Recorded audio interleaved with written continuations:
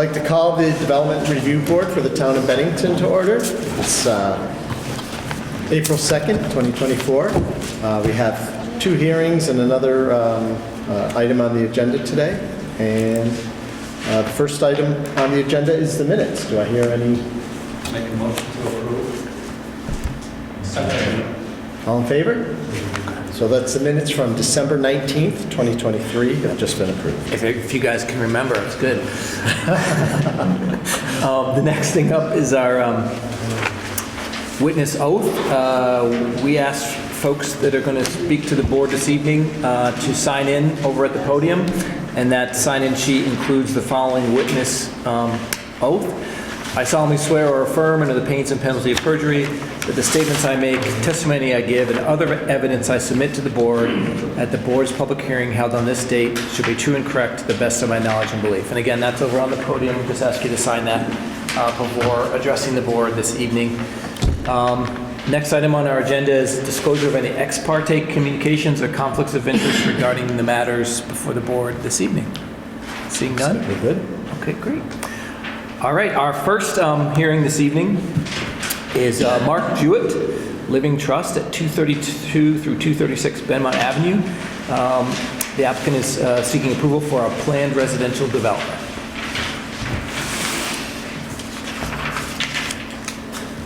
So, my name is David Spur. I'm a land surveyor. Blaze Design is my company, and I'm speaking on behalf of Mark Jewett and the boundary line adjustment. This is the property here on Benmont. I can walk it around, show the camera. But it looks like this, yep. So this yellow line here is where the current property line is between the two lots. And this green line here is where they want to move the line to. And then they want to put in an easement for this driveway, on this existing driveway, to service the two lots. And then the building addition? And then ultimately, once that is done, he wants to put in a building that I've showed is in purple. It's a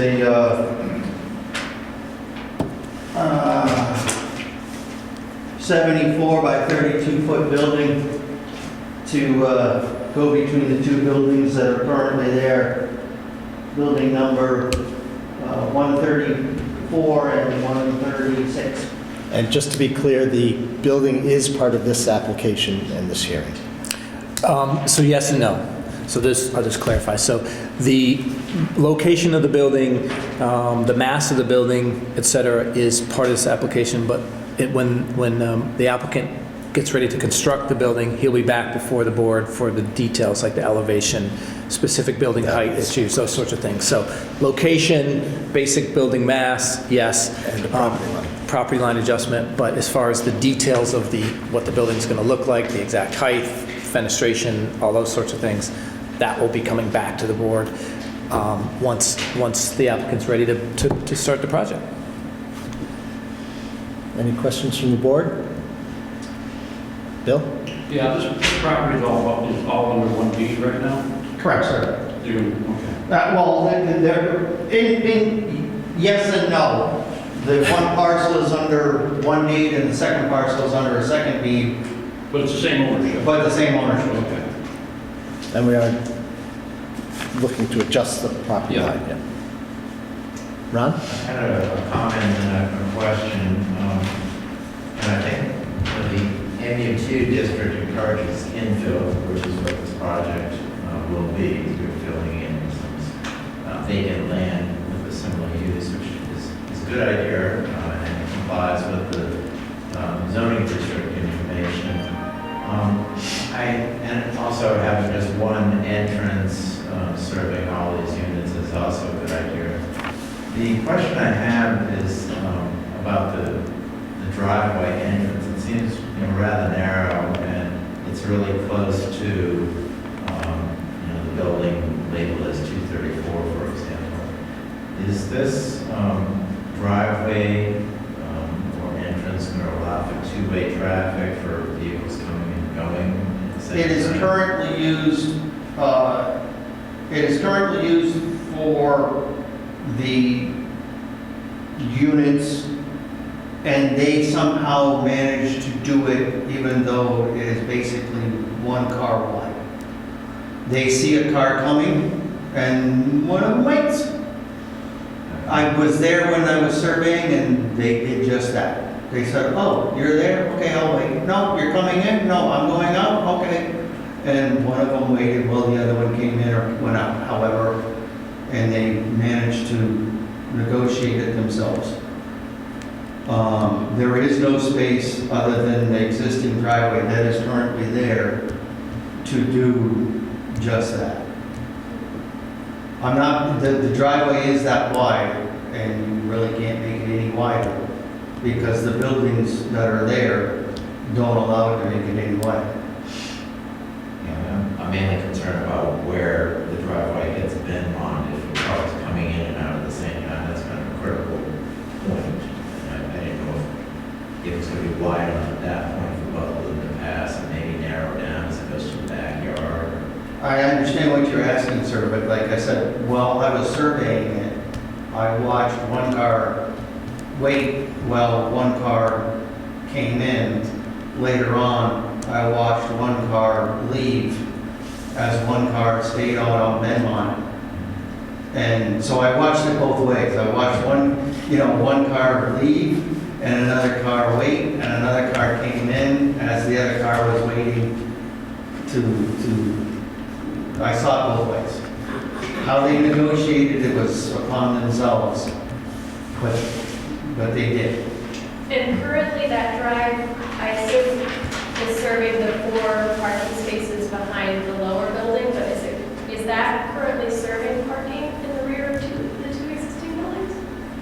One car came, to answer your question, and what I saw was one car came back to these 2 So it does buildings, serve those. and then it also serves this building, yes ma'am. That was And even though this is all wide open, they came in through that driveway and came over here.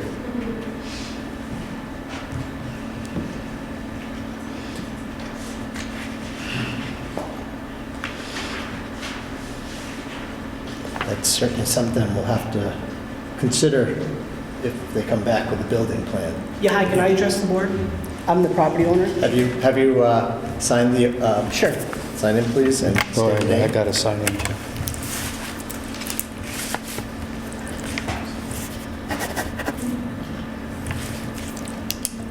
Yeah, so I've owned that property at 232, 234 Benmont for 34 years now, and I actually lived there for about 15 years.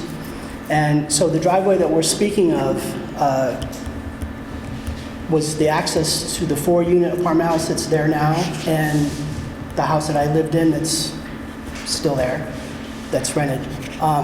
We've never had an issue whatsoever as far as coming and going. It was always accessible. Never an issue whatsoever. How many housing units currently use the driveway now? 5. I'm sorry. Yeah, 5 units. Yep.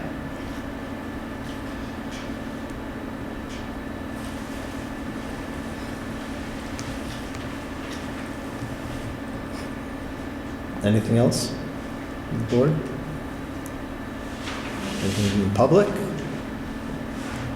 What's your pleasure? Would you like to consider deliberative? Deliberative session. We have a motion to go into deliberative session on this item after the meeting. All in favor? Opposed? Okay. All right, we'll meet after this meeting, and we'll let you know what the decision Okay. is. Thank you. Thank you. Thank you. Okay, second hearing tonight is the Town of Bennington at 204 Orchard Road. The applicant is seeking development plan approval for 2 new storage buildings. And we have someone to present this evening.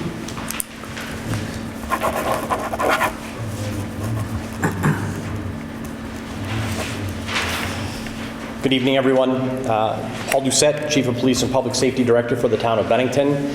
Not here as security, here to present on this project.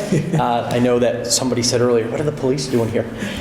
So just want to talk to you for a few minutes about something that the police department has needed for a very long time, and we're finally making some progress and moving forward in the right direction. So I know you have it in front of you, but up here on the screen and for people at home, what we're proposing here is on the Orchard Road. Bennington Rural Fire Department is north of the property owned here by the town of Bennington. This is a completely fenced-in piece of property, and what we're proposing here is entering through the double swing gate and proposing a 30 by 50 storage facility with a 10-foot apron, concrete apron, and then to the west of that, a 15 by 20 wood framed animal control building that would be placed on that property, lined up with the existing salt shed. The purpose for this building and that property is a controlled storage area for the police department to use for impounded vehicles, vehicles that have been involved in crashes where we may need to apply for a search warrant to check mechanical operation, inside storage. And if we were to stop a vehicle and suspected drug use or what have you, we could actually put the vehicle inside that storage facility and lock it down, until which time we can apply for and obtain a search warrant for the vehicle. Two proposed uses for that facility. At the same time, we do have some police equipment that would be stored in one of the bays as well. And then again, to the west of that is a wood-framed animal control building. Where we struggle currently is we don't have temporary shelter for animals that we take into our custody and control. It's been great. I have an amazing staff that have been fostering animals. We have animals living in our communication center when we have to take animals, whether someone's involved in a crash and we have to keep their animal until someone can come pick it up, or we have to take an animal and hold it for evidentiary reasons. This proposed building, again being 15 by 20, would have heating, would have air conditioning, and it would just be a temporary shelter until we can work with Second Chance Animal Shelter or any of the other shelters in our region. We have sent animals to Burlington, Bellows Falls, and other locations, New York City, but we need a place to maintain and keep these animals where they're comfortable and safe. We do have a dog right now living in communications. We talked about him earlier today. His name is Tonka, and Tonka is just an amazing dog, and was very skittish of me, but after about a week or so, we've become friends, which I'm very thankful for, because Tonka's kind of a big boy. But the bottom line is that we really need a safe location to be able to house these animals. And again, it's just temporary. This is not a kennel. It's not a permanent location. And our animal control staff would be able to go there and take the dogs and walk the perimeter and feed the dogs, water the dogs, and and then at many times there may not even be an animal there.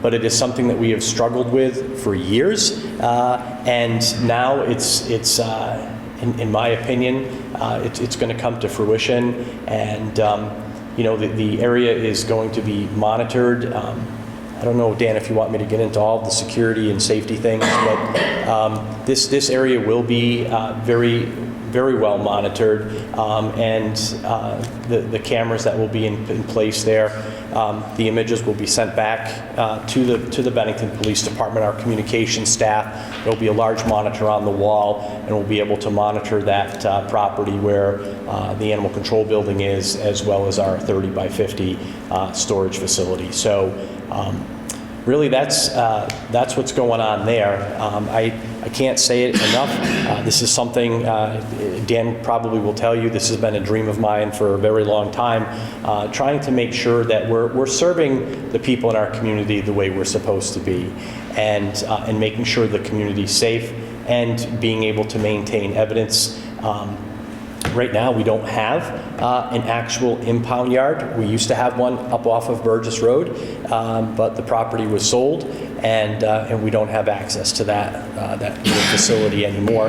It was not an inside storage facility, and we found things were coming up missing. People were scaling the fence and stealing things, and ultimately the town of Bennington's responsible for that. So again, that's what this 30 by 50, it is cold storage, and it's not, we're not planning on heating it or anything like that. It will have 4 bays and a side entrance. And I'm happy to answer any questions about our proposal and see if there's anything else that we need to do. I do have one question on the animal control building. What would you expect the heating process to be? Just electrical heat? It's going to be a heat pump, very similar to what's on the wall here. So no propane? No, sir. No, sir. It's just, and it will be, it'll be turned on and off when we need it, but it won't be heated all of the time. We're very fortunate. I'll just step back for a minute. We're very fortunate that there's an existing yard hydrant that's already there, so we can get water and things like that from that existing yard hydrant. So we're not even we're not proposing to put water or anything inside any of the buildings. It's just the yard hydrant's already there. So. And being directly across from the school, I'm glad that there is some security cameras there. Yes. Well, I mean, as you know, the Molly Stark is down here. Our building's here, but it'll be very well secured. Our IT manager, Nick Cave, we've met on this twice already, and it's going to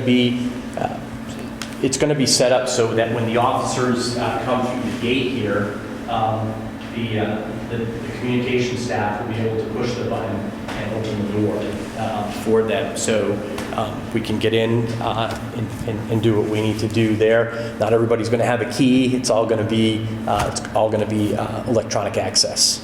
So, and we're able to monitor who's going in and out, not just with the cameras, but with the electronics. So.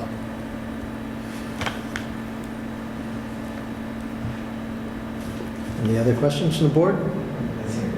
Yeah, one comment. There are necessary public facilities. I'm surprised you lived this long without them, but you anticipate, I know they're going to be low usage for the most part. Do you have any concerns about the animal control facility and the waste that the dogs would produce, and having a problem with that? Also on the park storage, do you anticipate always having them inside and not ending up having them outside of the building? No. So I'll go with the animal control facility first. So we will have proper receptacles there that will be maintained by our buildings and grounds staff, it's anticipated that we'll have crushed stone, so we'll be able to clean that out. But any feces or anything like that will be packaged properly and removed by our buildings and grounds staff. So as far as outside of that building, potentially there may very well be vehicles that are impounded, for example, and after a search or what have you, they would be moved to the outside of the building, and then depending on approval from the state's attorney's office, the vehicles could be released. They could be towed to a private lot and stored there, but potentially there is the potential for vehicles to be outside, yes. And what's the bay capacity for the storage? There are 4 bays. Any questions from the public? I'll make a motion to approve as presented. Oh, I'm sorry. Dave? How big is the bay? How big is the bay? The, More or less. 7.5 feet. I want to say that the door width is 8 feet, It's 30 by 15 building, 30 by 50, 7.5 feet. 7.5. You know, when they told me I was 5'6.5", I tell everybody I'm 5'7". This is honestly, you know, I don't get nervous when I'm in front of the select board. I'm only nervous about this because, I don't know, I mean, I'm a police officer. We've worked hard on this, you know, and I've learned a lot about, you know, about the DRB, and I've learned a lot about, you know, actually what it takes to all the excavation that's going to be needed to not, you know, just to the ground excavation and the underground wiring and things like that. Meeting with the electricians and talking about this project. It's been eye-opening. It's been a lot of fun, actually. Jane? Yeah, just an answer to your question, the bay is probably about 12 foot by 30 feet, and a standard parking lot space is about 10 by 20. So there's plenty of extra space for other things, or big trucks, or whatever it is.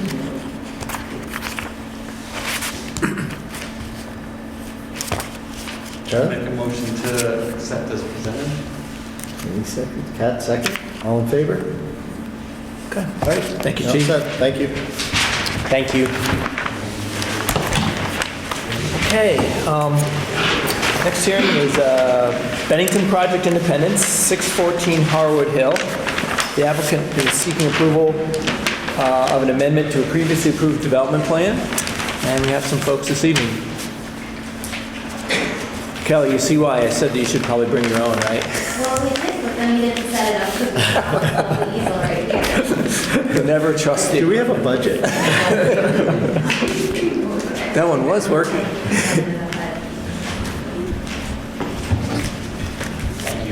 Thanks, Chief.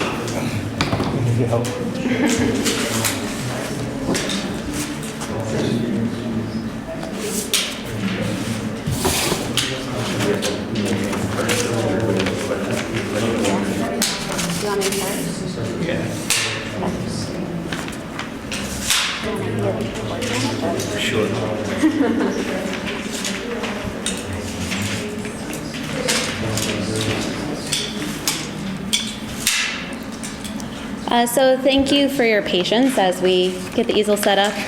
I did pass out some additional information.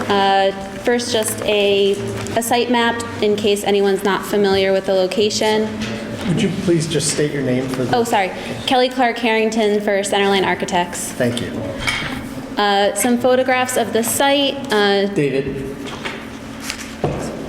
Sorry. Just so you can get a better feel for it. And there are 2 updated site plans there, and the reason for those site plans is that after we submitted to the DRB, the neighbor had some comments and some suggestions, so we have updated some plans based on that feedback. Tony is here, and I'm sure he'll want to make some comments as well. So the majority of this project is actually a 5,000 square foot unfinished basement that's being fitted out. It was always intended to be fit out at a later date when the building was built. In addition, a two-story, about 800 square foot addition. That addition is going to house an elevator, an additional elevator to ease with the circulation through the building. Many of the people that use this building are handicapped. The other really important function of that addition is to provide an exit at grade from the basement level, which will now be occupied. So, what do we have up?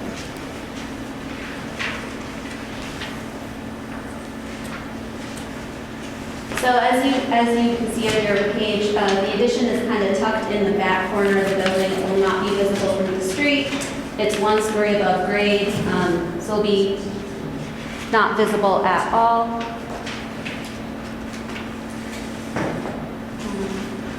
What did I say? I lost my train of thought, I'm sorry.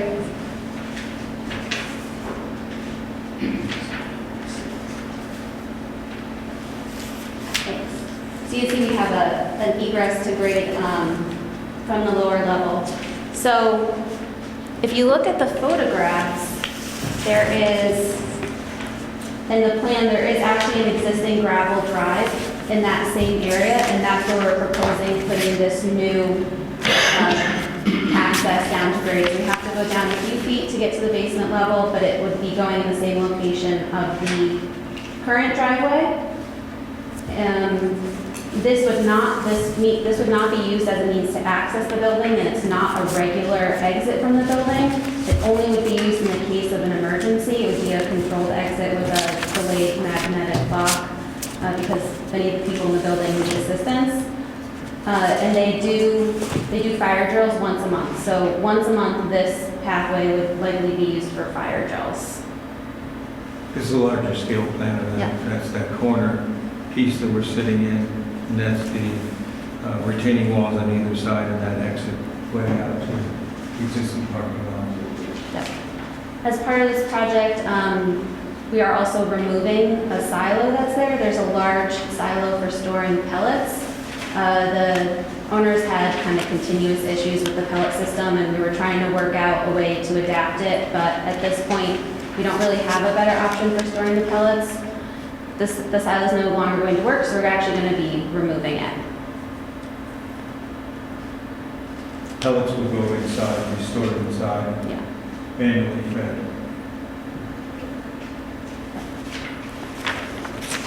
I'll ask first question. So the modifications between the drawings that were submitted and this drawing are the retaining walls? Could you- Yeah. Could you describe the changes from what was submitted to what you submitted to the board this evening? Is that the only change? Yeah, that's the major changes. Originally, they were just 2 simple retaining walls, and we've Cool. actually redesigned the site to bring down the scale of them quite a bit, to divide from 1 tall retaining wall to multiple small retaining walls to reduce the scale, and switch to a concrete masonry unit to have a more residential feel to it. But we are going to have MSK, once we go to the next stage. It's going to be a civil engineer. They're going to help design the site changes. We're going to be applying for a stormwater permit. And we also have a structural engineer who's going to be assisting in the design.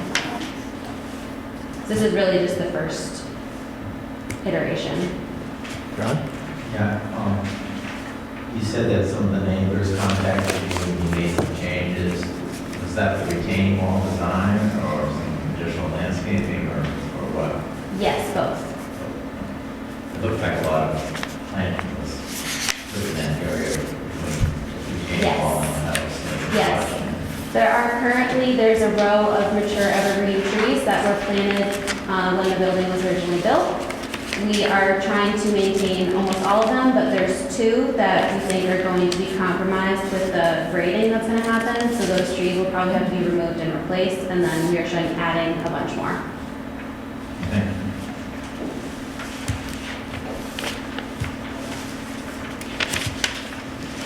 Any other questions? So one thing I just mentioned, Gary, if in the future, if you could put graphic scales on the drawings on all of them, I'd appreciate it. I don't think it's required for this particular project, but typically we do like to see that.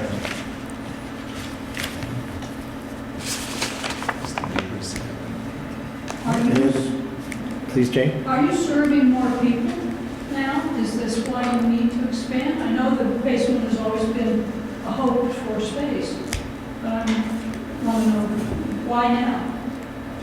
So, BPI did apply for a grant for this project, and that's why it's been funded.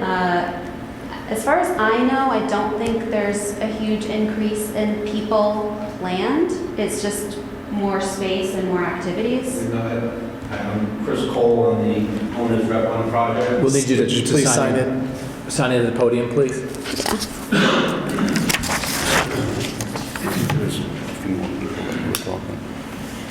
Yes, Chris Cole. Sign the oath statement, please. To sign this. Thank you. So this has been phase 2 since 2000, we do it, Bill, 2007, 2008? Yeah. Something like that. And so we've always planned on having this, and we had a scheme for a way to exit that basement. But until we do that, we can't use it for any of the participants in the program. That's part of why we've got the grant to be able to do that. Yes, so to go back to the question about additional parts, speaking for Linda, I don't know the exact amount, but I do believe that that space will give them the ability to bring more people to the building. So they will be able to increase their participants in the building. I don't have the exact number, but that is part of the plan. On the main floor, that wing is right beside the kitchen. It goes off a nice welcoming center where a lot of activity goes on. So is this going to be a continuation of that activity space on the first floor? Jane, I don't know that that's within the purview of the board because that's interior design. Yeah, but but it's an addition. And the question for me is it commercial for the use of the building, or is it more, I'm thinking about from the windows, it looks like it's more, it goes along with the rest of the building. But I might be misreading because we only have a very small site plan. We can answer that. I mean, it's additional dining area, additional activity space on both levels. That's the kind of answer. Anything else? Any comments from the public? Please sign in and state your name.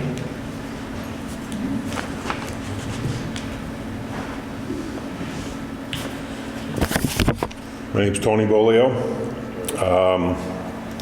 I'm adjacent to BPI's property. I'm the only residence that's adjacent. Oh, sign it first. Please, thank you.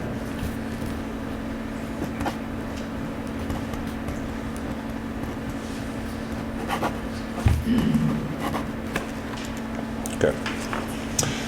So I live adjacent to BPI's property, sort of behind them off of Route 7, sort of downhill from them since they did their original project. It used to be sort of a gradual slope to the original house that was on the hill. When they did the original project, they raised the grade roughly 8 to 12 feet just off my line, so now it's like, it's up there. But I'd like to say first off, I'm not opposed, and I've had meetings with Chris Cole, with Gary, with Linda Wicklack, the director. I'm not opposed to their project. I like what they do. I don't have a problem with what they do. We've become pretty good neighbors. I kind of keep an eye on the place on the weekends because they're not there on the weekends. My only objective is to protect my property, protect my trees, the water runoff onto my property, which we already have sort of an issue on the back, which we've discussed, right? And they've assured me they're going to take care of that.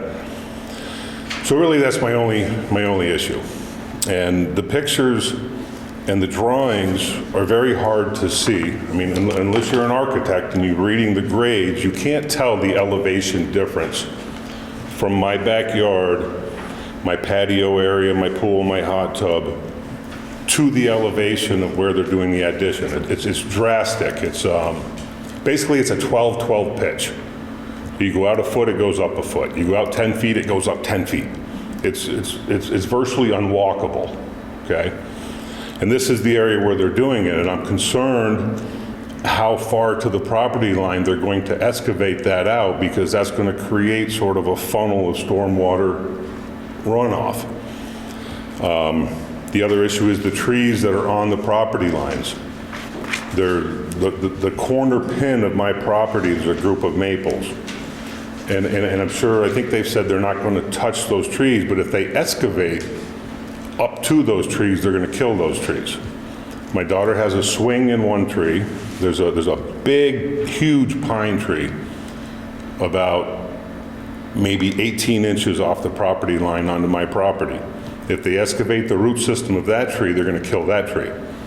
And that's where my daughter's zip line's hooked up. And if that tree if it dies from the root system and it tips over, it's going to land in my daughter's bedroom. I mean, I'm that close. So, I mean, I could go on and on. We've discussed a lot of things that they've agreed to already. Like I said, we've had meetings.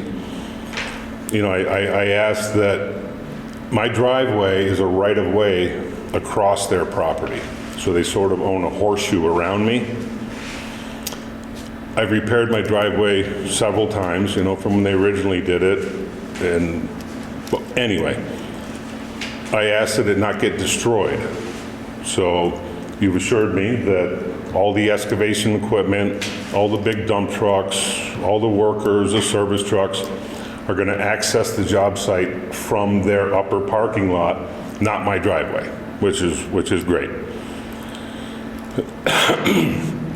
The other thing was the water runoff, which, you know, we have to address that. You know, they've designed a stormwater runoff. And again, unless you view the site, which I'm going to request that the board actually do a site visit, okay? I don't know if that's typical. I don't know if that's possible. I assume it is. If not, if the entire board can't do a site visit, maybe you can send one representative just to pull into my yard and look at the elevation difference and exactly what they're going to do. Because that little dirt walkway they're talking about, you're literally, and you can correct me if I'm wrong, you're digging down 8 feet, maybe 9 feet, to where you intend to put a drain to run out back where we already have a water runoff issue. So I think a site visit would be great. I think it would give everybody a better idea of what it looks like. The other thing that I asked in a meeting with Linda and Chris, kind of an off-the-wall request, I requested that nobody works on Sundays. Sunday is family day at my house. I have older kids with kids, so I have grandkids. Every Sunday we have family dinner, and typically in the summer especially, we have cookouts, we have a swimming pool. It's a lot to have equipment and contractors and everything working. You know, I think 6 days a week is sufficient. To ask for a Sunday, I don't think is out of the question. Other than that, it's the privacy trees that they were talking about, all the pines that they installed. They're beautiful. They've grown up beautiful. They block BPI's dumpsters, their food compost bins, the tower that you're removing, the wood pellet tower, which is a big, huge stainless steel tower. I was shocked when it went in 2007. I pulled in and it was like, it's a 30-foot tall silo. The sun was reflecting off it. I'm like, what is that? I didn't see it in the plans. It just said wood pellet storage container. I didn't expect it to be a 30-foot silo. And it's close. But I'm glad you said that you're removing it. You're removing it because you no longer use it. You're not relocating it on the property. You're just eliminating it? Absolutely. Is that correct? Just gone? I do ask that you address the questions to the board rather than to the applicant. Okay. Thank you. I'm accustomed to having conversations. I understand. And not heated, you know, just conversations. So yeah, the trees that they did plant, like I said, are beautiful now, and I'm concerned on how many they're going to take out. So it'd be as simple if we could do a site visit, prior to the site visit, if they could flag the trees that are staying, flag the trees that they're taking out, marked the 40-foot setback. And I had one other question. I'll direct it to the board, and you can direct it to them. Okay. I've received 3 different sets of prints in the last 3 weeks. I had a first set of prints, we had a meeting, we discussed it, I received a second set of prints, we discussed it, I received a third set of prints. Third set of prints reduces the square footage of the addition from 960 square feet to 875 square feet. The third set of prints says they're removing the silo and removing the silo slab. And I'm just curious why the change in the square footage.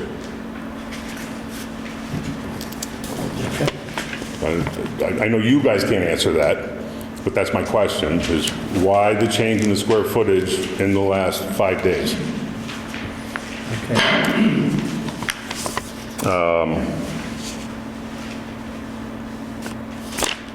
Other than that, that's it. Okay, so to follow up, then we'll pose that question. Why the change in square footage? And does that actually change the footprint on the side that is closest to the neighbor's property? It doesn't look like it changes the front of, I guess it would be the back of the building when viewed from the street. So originally, it's hard to explain without the floor plan, but there's a staircase in the existing building, and there's a landing at the top of it, and originally we were planning for a door from the existing building into the addition. That door is not required anymore, so we pulled the building back a couple feet from the existing wall, which is going to make it more aesthetically pleasing, easier to build. So we just didn't need that extra space, so we pulled the wall back a little bit. And approximately how much reduction of pervious ground will there be? I do not have that answer. The reduction of square footage on the addition?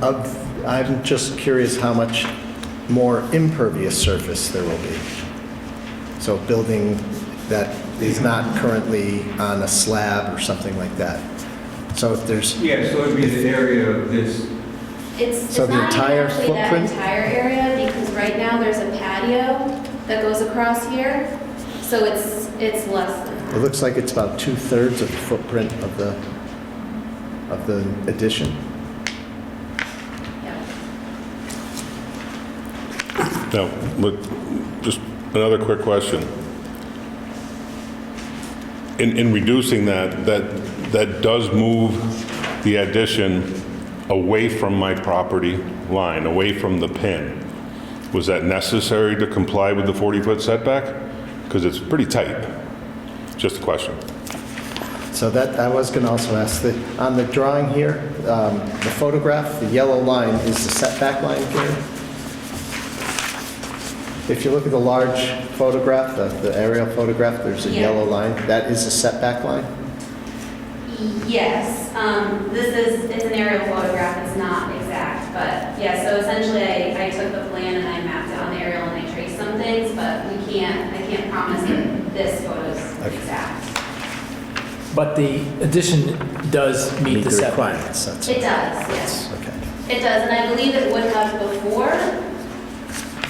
You know, Yeah, it looks like... originally we had it in alignment, so it would have been right at it. But It was originally, that wing was originally designed within the setbacks. okay. And in terms of the stormwater, like I said, it hasn't been designed yet. We will be working with MSK to design it, but I do believe that we will be addressing the issues that Tony has now, and I think the stormwater will only be better than it was before.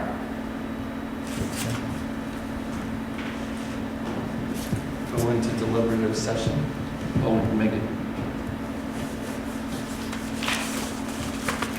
Should we have him come back one more time? We can address that in deliberative session if we want to. So I think right? if we do think we're going to, it's a possibility of continuance, I think that we need to make sure that folks know that. So it sounds like there may be. So we will go into deliberative session if the motion passes. Everyone here should know that the board can either decide to approve it with conditions, deny it, or continue it. So everyone who is here this evening for this hearing will be notified of the decision and whether or not there's a continuance. So the continuance would be until the next meeting if we did continue it, which would be 14 days from now, which would be the 16th, same time, same place.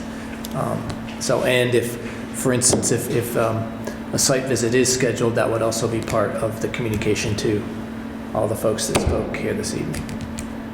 So hopefully you put down your names and addresses over there, because that's my only way to get a hold of you, unless it's Gary, because I know Gary. And I apologize, Dan, but I really couldn't hear what you were saying. So I'm going to walk over there. Okay. Okay. And I know Tony too, so, but. Another question. There's like an old barn that looks like it's on the property of EPI. I just wanted to confirm, is that in any way actively used, because kind of see it's kind of downhill and might be impacted by the water, the stormwater issue?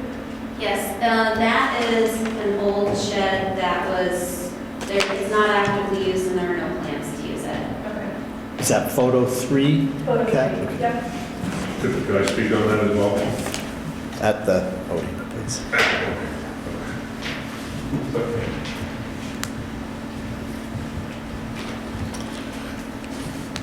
So that building is the old original ice house for the old original farm that was there.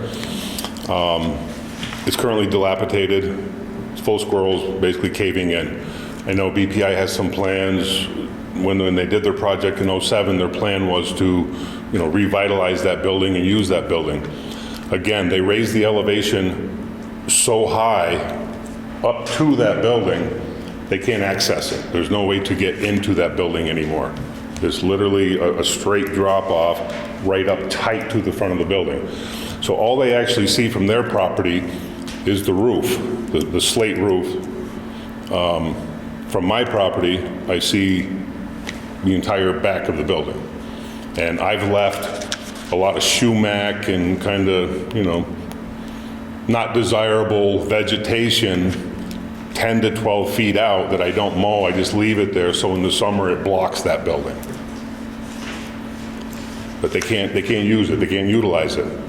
They would have to physically raise the building and do a 10 to 12 foot foundation under it in order to access it from their property. Can I respond? Certainly. It's a historic building, we can't tear it down, we can't get rid of it, and we don't have the money to repair it and restore it. Okay. Linda's tried to get funds to do that, but hasn't been successful. Wood framed? Yeah. Yeah, if you remember back in 2005, it was the Boney Farm, where the barn was a little bit further away, and there was a series of barns, probably 10,000 square feet of barns that they used for the apple orchard that were in disrepair, falling down. We removed those, cleaned the property up. They've gotten into a pretty big mess. This is one of the buildings we were able to save with hopes of restoring it at some point, just weren't able to.